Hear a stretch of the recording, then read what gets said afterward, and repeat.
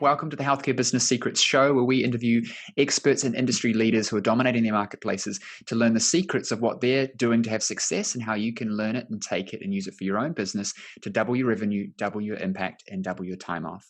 In this episode, we're speaking with Eva Synkowski, and she is a biochemist, engineer, CrossFit trainer, who teaches athletes how to eat well.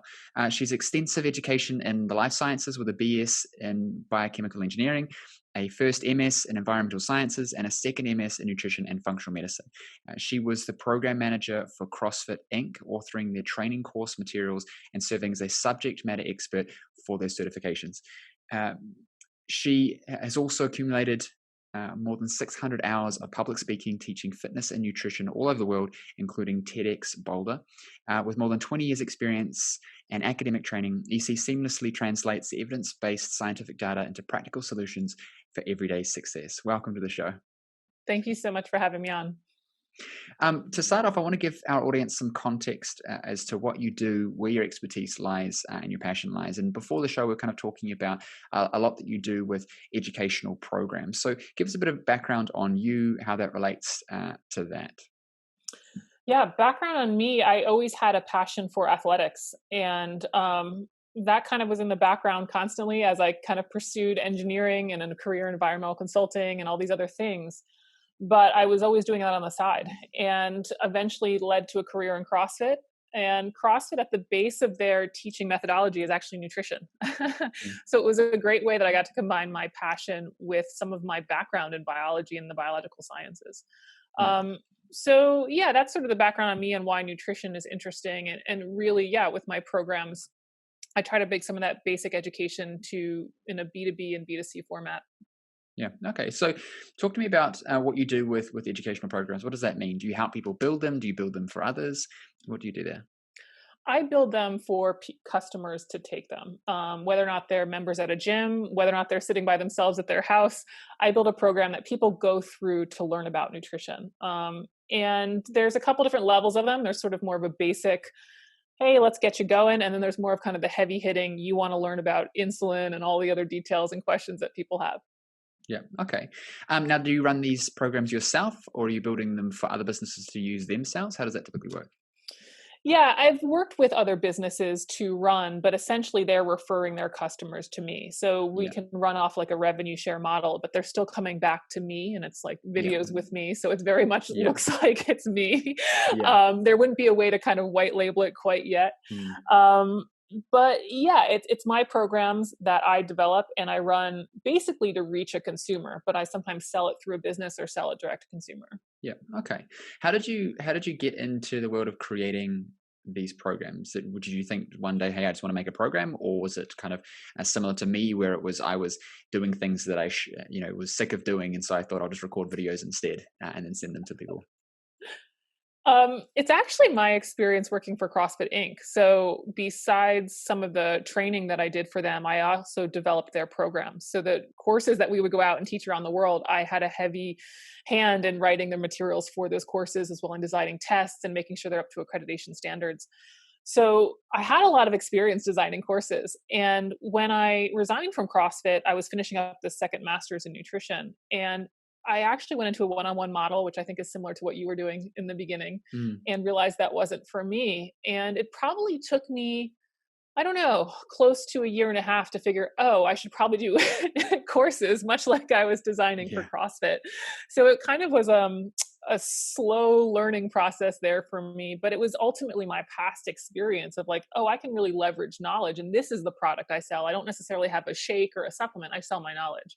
Yeah. And I think that a lot of us have a lot of knowledge, but we just don't necessarily have the tools or the frameworks to build, and it seems daunting. When you go about building a course or a training program, do you think about it in terms of, I'm going to build a course or training program and then I'm going to try and sell it? Do you try and sell the concept first? How do you go through that process of coming to the understanding of what problem you're solving, what outcome you're creating, and then what you need to do to actually make that happen? Yeah, I think that's a great question. I think what I like to think about it is, and I think this is probably true with a lot of people in kind of the health wellness field, is they probably got into it because of their own personal interest, right? Something happened Mm, for them that was so revolutionary that they wanted to get involved. And so I think that's sort of similar to me. It might not have been this revolutionary thing in the sense of, some result happened, but I think I designed the course for me. mm, What was the course that I wanted 10 years ago when I first started mm. learning about how powerful nutrition was? And where was that? And all of the other courses that I went through, or all the other kind of side tangents I Yeah, did, kind of led me down these different paths. And so it's like this ultimately, I don't want to say it, but was the course for me, right? yeah.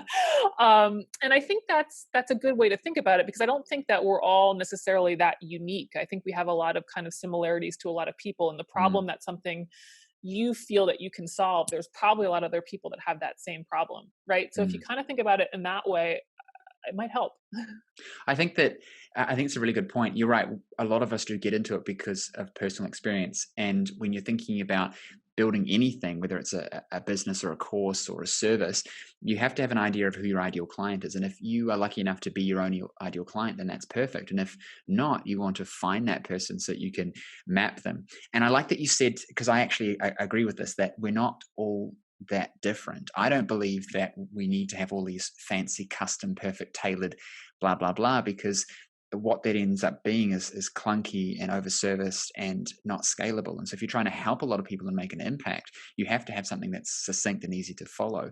And you might disagree, and I'd love to discuss this with you. I think that especially with these sorts of programs, it's kind of like there's a foundation that needs to move first, and let's focus on getting the person to begin on the journey and begin the fundamentals and then move forward, and then it becomes more specific and tailored as we go. But we often think that the general public, that person in front of me needs to have this very specific thing.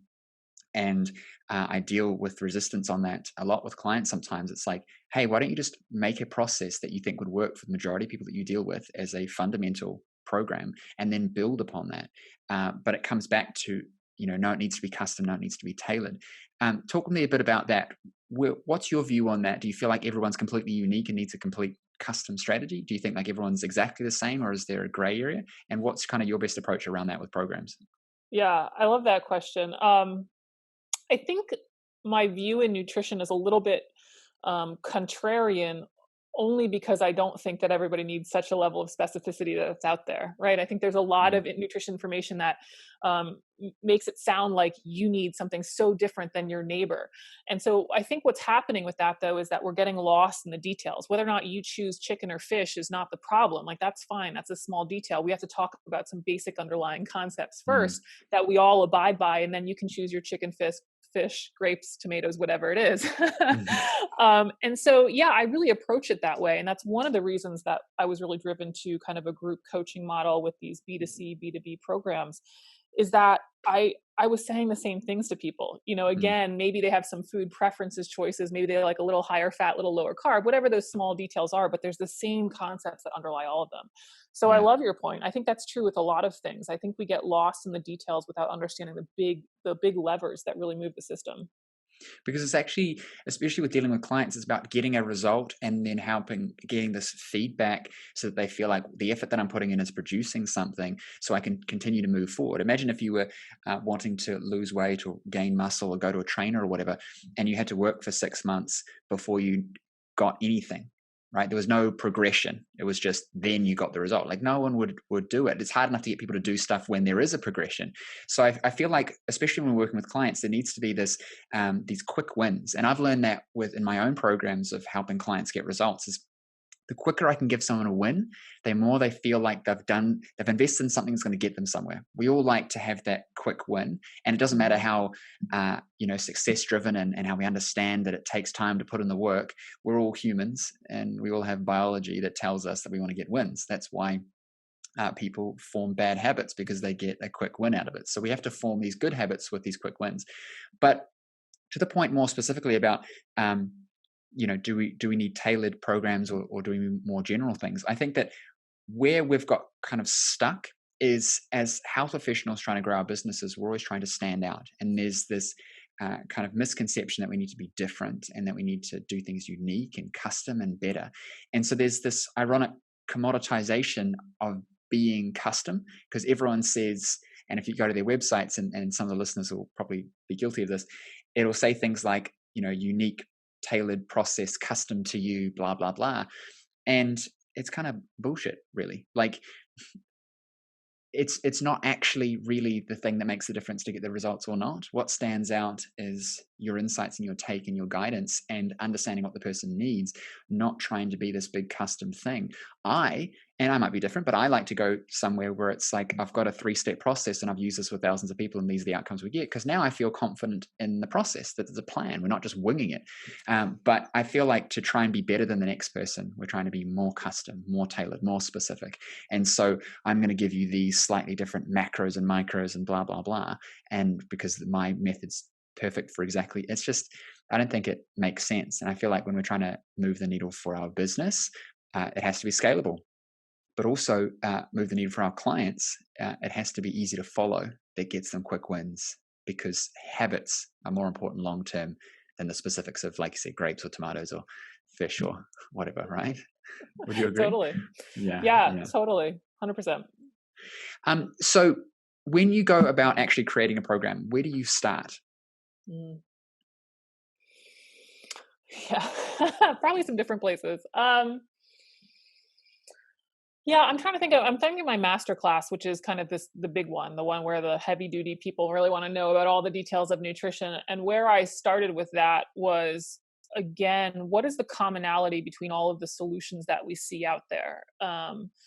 It's kind of like that idea of, it's not the grapes or the tomatoes, it's the fact that eating whole foods matter, right? So I started with that because I wanted that to be the main thrust of the course, and then all the bells and whistles can come later into maybe Q&A or whatever it is. But I think that's it. It's like, what are the main things that people really have to know when they leave this course? And whether or not it's 3 or whatever, that's fine. But I think the big thing that you have to think about is, like, if they were to take away, let's say, 3 things from this course, or is that really conveyed? Have you done that? Like, don't worry about every possible road and rabbit hole they can go down. Like, do they really understand some basic concepts moving forward? So I think that's it first, kind of laying down what I would call your big roadmap, maybe not exactly how you're going to get there or exactly whatever it is, but yeah, like, what's the big framework to then hang all the details on?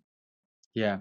It's kind of like looking at, where am I wanting to take this client, and then who is that client and what problem am I solving? And you said it, where if there's someone looking for, to know everything about the nutrition journey, that person's going to be different than a mum or a dad or a teen who wants a particular outcome. So looking at what result you're trying to produce for the person that you're working with, so that you can have a roadmap and say, this is where we're going. That also makes it easier to sell, because at the end of the day, we have to, whether we're selling it to receive money or just selling it to get someone to do it, there's an exchange that happens. I can have the best program in the world, but if I can't, appropriately communicate that and sell the idea, then no one's going to do it. And I learned that the hard way in practice with trying to create programs for people. It was like, this is the best thing ever, but it doesn't matter, because they're not going to do it, because I haven't sold them the concept. So a lot of our listeners are health professionals that have brick and mortar practices that are looking at ways of helping more people and leveraging themselves more, so that they can grow and have an easier business.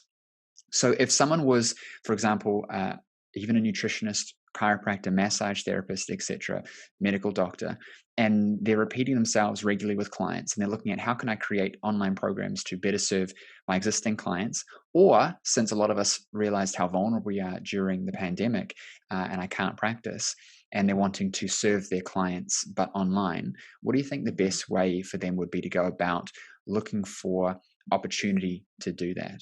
Do you have a framework that you use in particular, or any advice around that?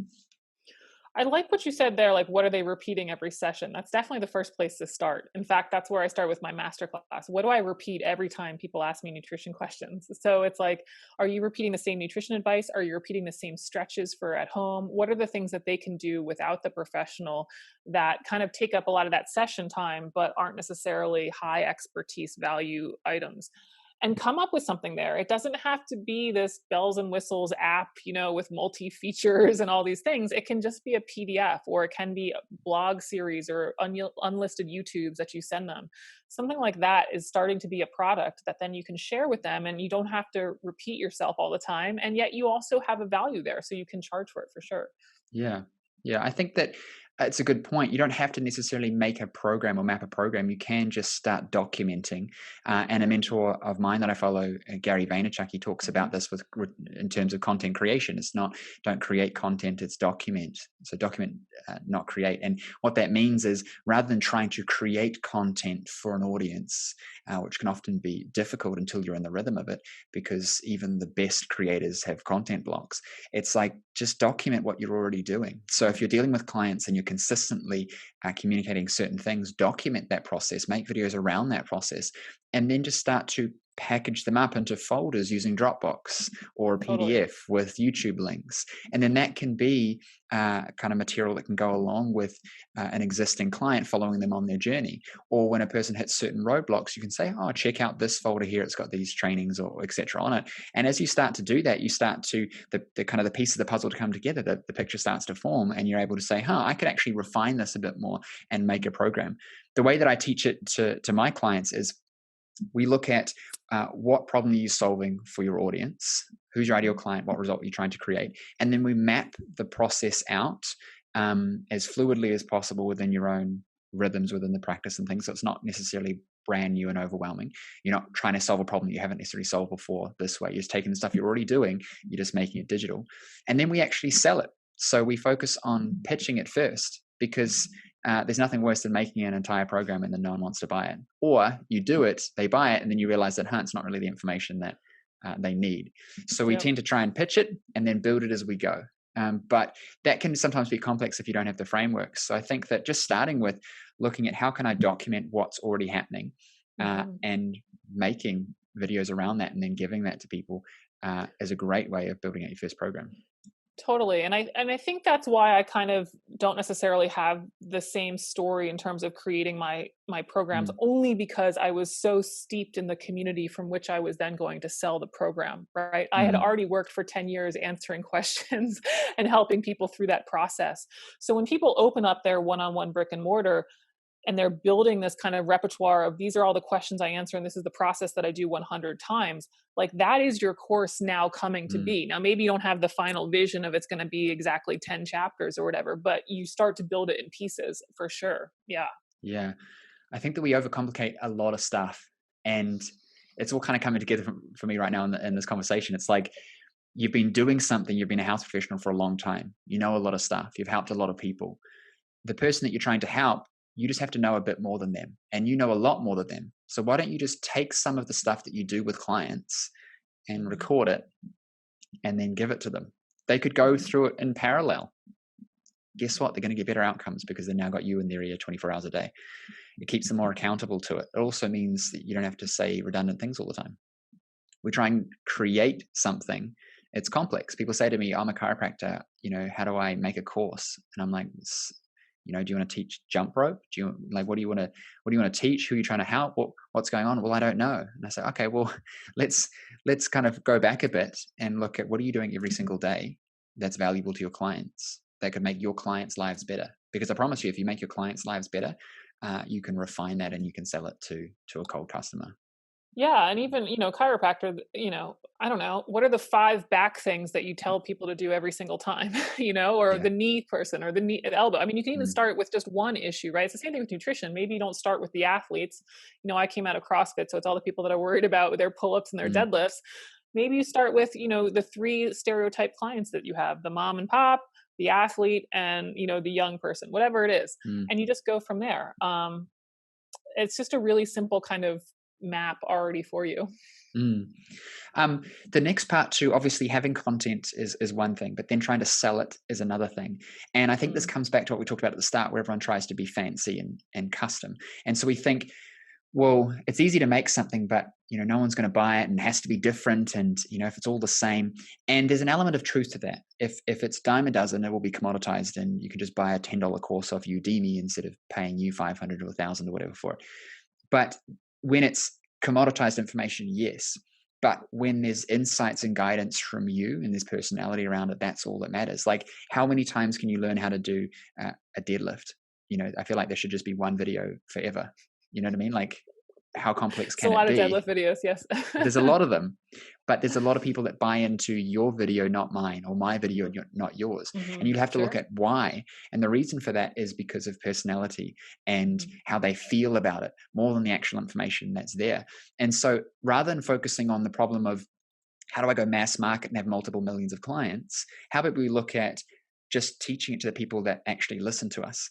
And there's going to be enough of those people that if you're looking at building a successful business, it's the age-old thousand true fans type thing. You don't need to have a lot of people to be successful, and there are Right. plenty of people in the world. And so sometimes we get caught in the weeds of saying, "Well, I can't make a course because it's going to be the same as everyone else's, and then I can't sell it, and how am I going to be different?" And sometimes you don't need to be different; you just need to be you, and your personality insights come over through that. And the example would be you yourself. Again, nutrition is kind of everywhere, right? People can YouTube it. Why would they Yes. buy a course? They It's a buy a course lot. because they It's connect everywhere. with you, right? Yeah. So what do you think has been the point of difference for you in overcoming that in your own head and saying, Mm, actually, my information matters and my insights mm, matter, that has yeah. allowed people to engage with you and buy your courses over just, YouTubing it or Sure. getting someone else's? Yeah, I mean, I think you've already sort of said it. It's the fact that I didn't actually want to be different. I am the most vanilla you're going to find in nutrition. I want people to eat fruits and vegetables and adequate protein. I don't need you to restrict a lot of things. I don't need to eliminate anything. So I actually went straight up the middle with my message. And because I decided not to be different, it's actually unique in the space, right? Yeah. There's so much confusion in my space. If there's so much detail and there's so many different things that I'm heard, that when I tell them something that's so basic, they're like, thank you. Thank you. And so I think your advice is great, that seeking out to be different or unique is not necessarily where your voice is going to be found, that maybe just beating the basics and where you actually know the results are is going to be where your voice is found. Everything comes down to simplification. When you try and be fancy, you're missing the rest of the story. Like you're looking at the guru who's doing amazing things, and you're seeing what they're doing, and you're forgetting that actually the reason they're doing that is because of where they are and who's looking at them, and everything else that's got them there. You think it's the 1% stuff, right? Like my video needs to be 5 minutes and 23 seconds long Right. because that's some algorithm thing. It's bullshit. It doesn't matter. Just start putting content out there. That's what they did. It's now that when they're at that point, and now everything is about the 1%, because the 1% Hmm. to them makes a massive difference because they're Hmm. mass market now. But when you're Right. starting and you're growing, simplicity is key. Everyone tries to be fancy and make a unique method, but the market can smell it. They know that it's not real, and it's hard to keep up a persona when it's inauthentic. You're much better off just being authentic and just speaking, because there will be people who resonate with it. And if there's not, you'll find out. But trying to be someone you're not and trying to do things in a way that doesn't make sense to you makes it very difficult to build momentum. You're now pushing uphill, and that's hard. It needs to feel Right. easy. You should be doing it because you're wanting to do it, and the energy's going to come across in the videos, for example, and how you talk Hmm. about it. But you're also going to be able to be consistent, because consistency is key. I think that what this comes back to, and I talk a lot about this, is that clients, they don't care ultimately. They just want to feel confident enough that they can give Hmm. up control to you. They just want to Totally. know, I can stop, thinking about all these different things, put my hands up, and just trust that you're going to do it. And it's paralysis by analysis, and what is it? It's a concept anyway around Oh, decisions. yeah. You know what I'm talking about? Like if Well, you I was have going to 50 say like million losing the choices. forest for the trees, but yeah. Yeah, it's like if you went to the supermarket and there was 50 million different choices of peanut butter Right. and you were trying to buy one, you Ah. wouldn't. You'd be like, "There's too many." And I think there's they've done studies around. I think it's like 7 choices or something like that. Any more than that, and it just gets too much. And so Hmm. people just either don't make a choice, or they make a choice but they're not happy with it. So when you just get back to fundamentals and focus on the things you can control, of just teaching good Totally. information that gets results, that you're authentic and in alignment with, the energy flows with that. You can maintain it, and people go, "Oh, I'm glad she's just teaching the stuff that gets me results. Like I don't know if I should be doing this or cut this out or do this," and it gets overwhelming because they don't have the Totally. knowledge, the qualifications, the skills to be able to even comprehend what we're talking about. So why don't we just go back to basics and say, do this and get a result? I love it. Yeah, Totally. yeah. Totally. Um, What are some influences that you've got at the moment through books or people you're listening to or learning from that have been helping you through your journey? Who are you kind of following at the moment? Yeah. I was definitely heavily influenced with CrossFit. I worked for them in a corporate capacity for more than 10 years. And one of the things that I liked about CrossFit was we can argue till the day is done about why something is occurring on a physiological level, but we Mm, know the results that we see. And I think that's where a lot of people get lost in the health and wellness field. They want to explain so much of the physiology and that this is going to happen to your muscles or this is going to happen with vitamin D and your immune system is doing all these things. But yet we know what kind of health and lifestyle behaviors guide good choices, right? mm, So it's kind of like this black box model that we don't necessarily have to know what's going on the inside to necessarily know how to drive great progress.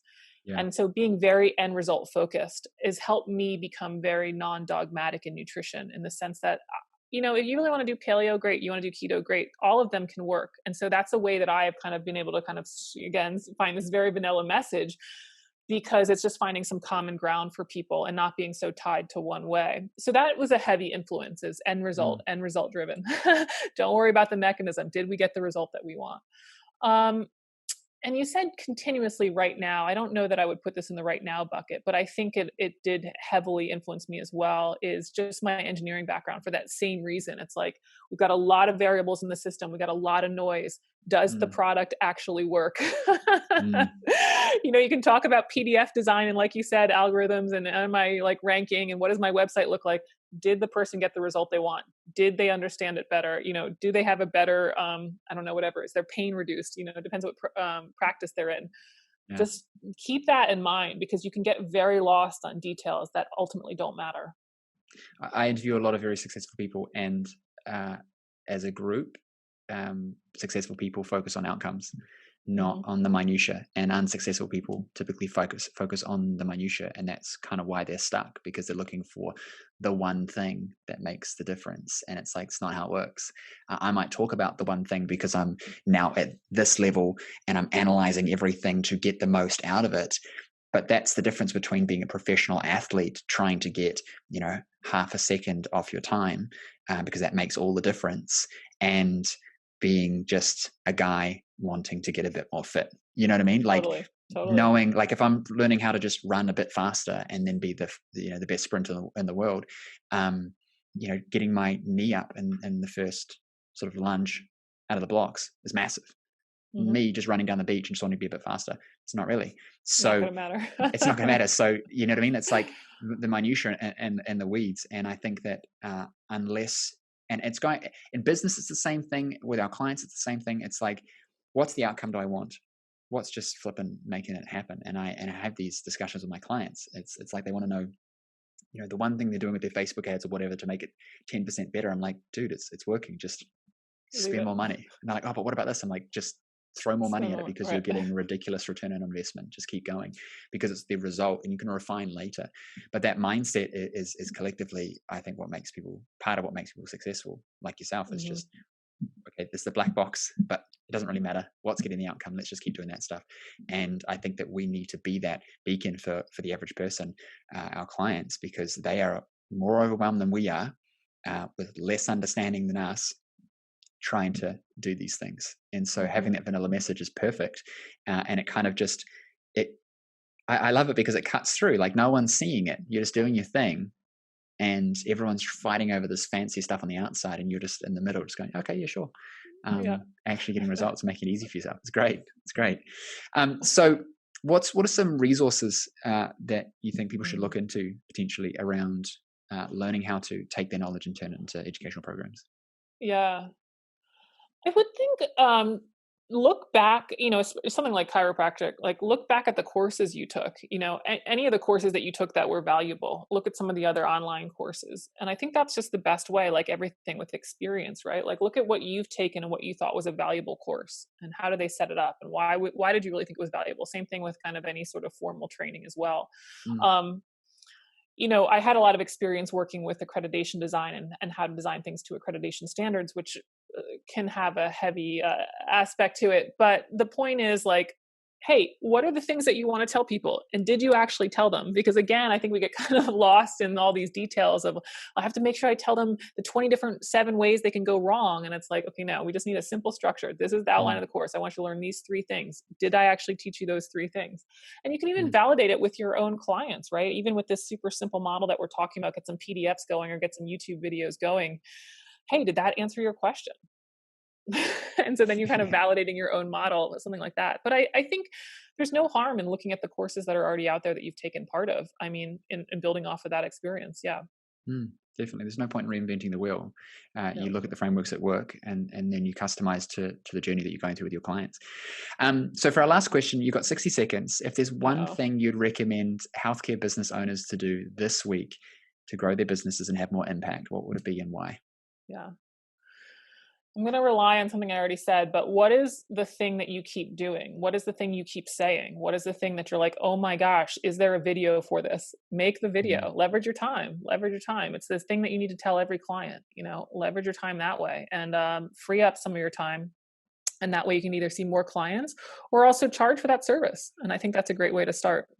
I love it. I love it. Thank you so much for coming on the show. Where can our audience connect with you online? OptimizeMeNutrition.com, same handle on social media. And thank you very much. Amazing. You take care. You also. Thank you for listening to the show. If you like the episode, please hit subscribe and leave us a review. I'd really appreciate it as it helps us get our episodes out to more people just like you who want to know how to increase their revenue, impact more people, and build businesses that work for the lifestyle they want. Now, I know your time is valuable and I know that you are here to learn the secrets to success in your health business. So I have something special for you just for checking out the episode. Now, if you're a health professional, coach, or trainer in business, and you're serious about growing a profitable, impactful business, then pay attention, because as a listener of the show, I want you to win. And so I've created a host of resources available exclusively for listeners of the show. So if you're tired of trying to figure out this game of business, marketing, and sales all on your own, and you're ready to just implement what's already proven to work rather than reinventing the wheel, I want you right now to go and check out healthcarebusinesssecrets.com/insider, and there you'll find over $5,000 worth of trainings, resources, and coaching available only for listeners of the show. There I'll give you the resources on everything from how to acquire 10 times more of your ideal clients using social media and paid ads, even referrals, how to increase your client conversion into packages at an 80 to 90% conversion rate like me, how to retain your clients for longer, getting them better results and making them happier, how to increase your prices and charge a premium to work with you, and how you can build a 6, multi-6, even 7-figure practice just like I did, but with 1/10 of the time and 1/10 of the effort. What I want you to realize is that everything I teach comes from exactly what I did to have success and still have success in my own health business, and I want to share that with you so you can have success too. So go check out healthcarebusinesssecrets.com/insider right now and let me help you win big in your health business. Also remember to subscribe for 2 episodes every week full of the secrets to have success in your health business, as well as leave us a review so we know what you thought of the show. And I'll see you on the next episode.